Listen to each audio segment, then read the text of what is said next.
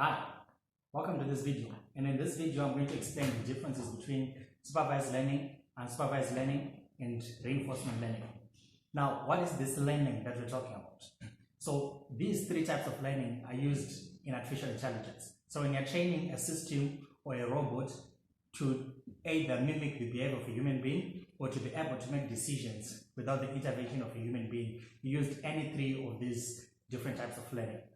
So in so doing, we'll feed it with information that the system will then use to come up with patterns that it will learn, and with those patterns it will now be able to make decisions on its own without any human intervention or to mimic the behavior of a human.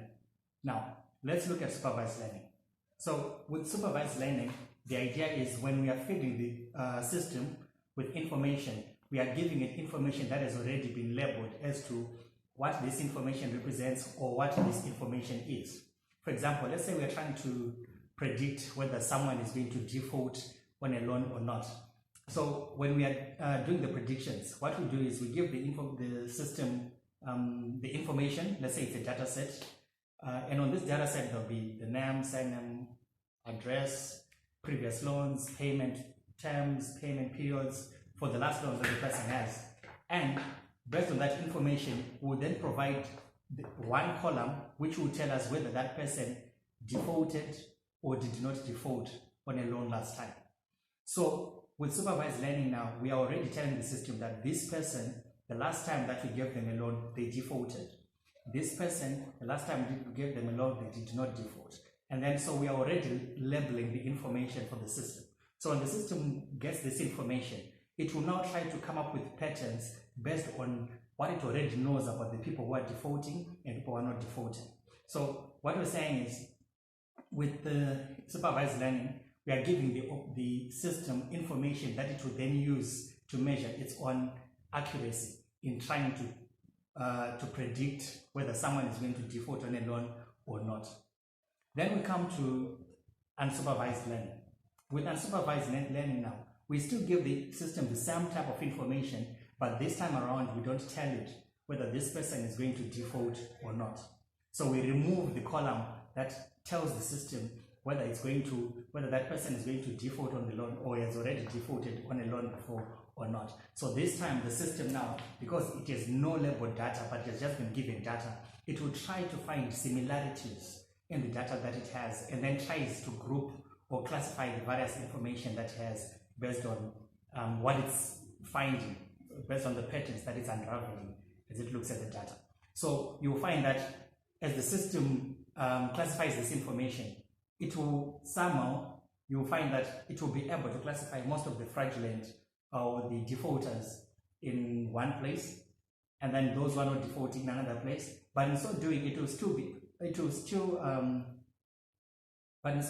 still take some people who have not defaulted and put them in the class of defaulters, because it has seen that the patterns of those people, even though they have not defaulted, is similar to those of defaulters.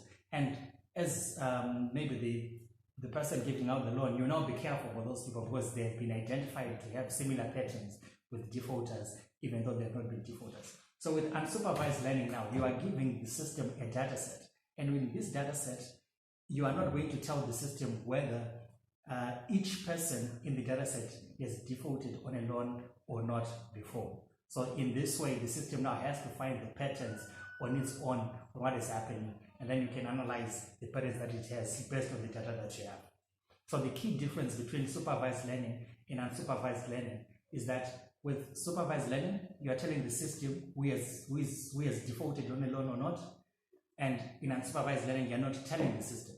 So in supervised learning, when you tell the system, you're trying to get it to measure its own accuracy. And when it measures its own accuracy, when it's training the model or creating the model, the system will then be able to work on the various weights that it's using to be able to make the predictions. So when it makes a prediction, be it it's using, let's say it's using some machine learning algorithms like random forest, or it's using XGBoost, or it's using an artificial neural network, whatever it is, it's going to be updating its various weights or parameters to make sure that it is the right set of parameters that gives us the most accurate results at any given time. So when you give it supervised data where it's already labeled, it will be using that label to be able to measure its own accuracy. But with unsupervised data now, the system does not have that luxury of having information that you can use to measure whether it's actually accurately grouping information. And at times that's not exactly what you want. You don't really want it to be able to know who defaulted it, who did it, because what you want is for it to show you some patterns that probably you did not know were there before. So you start to realize that maybe certain types of people, even though they've been getting loans, they've been paying off those loans, they're actually classified with defaulters, which means they exhibit patterns that show that in the future they may end up defaulting on loans. Then we move to reinforcement learning. Now with reinforcement learning, unlike supervised and unsupervised learning, you are basically not giving the system any data. It's not about data when it comes to reinforcement learning. It's about rewards. So how does this rewarding system work? So with reinforcement learning, what you have is you have a system that is supposed to take an action, and based on that action, you're going to reward the system for taking that action.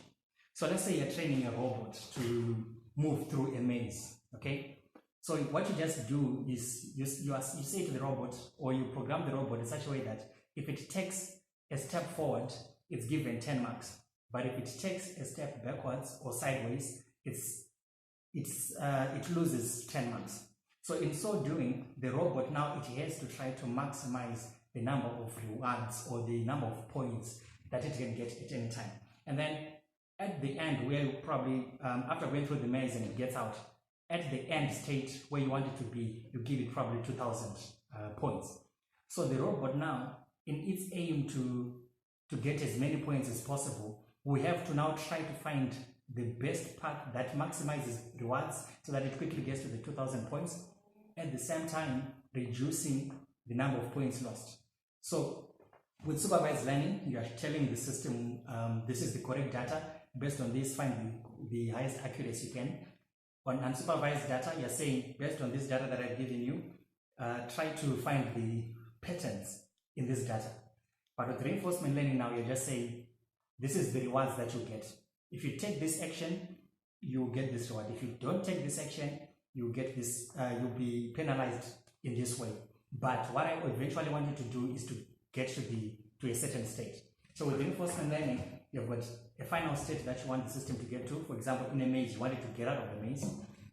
And in so doing, you are giving it points as it moves through the maze. So when it moves sideways, you subtract points. When it moves forward, you give it points.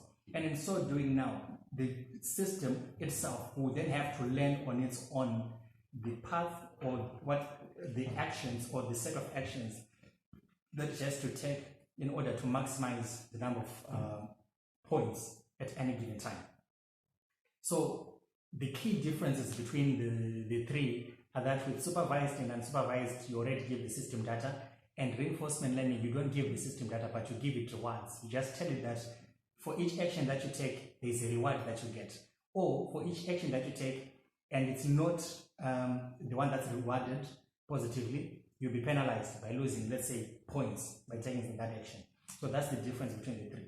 So you find that with supervised learning, the algorithms that you use include random forest, XGBoost, and many others.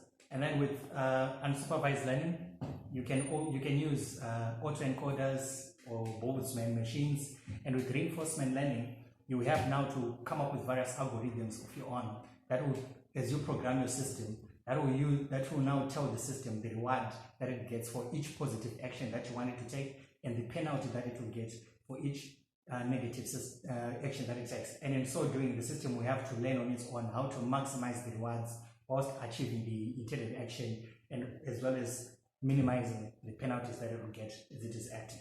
So I hope this video has helped you to understand the differences between the three, and that you'll be able to approach the supervised, unsupervised, and reinforcement learning data that you have in a positive way as you do your artificial intelligence work. Thank you very much.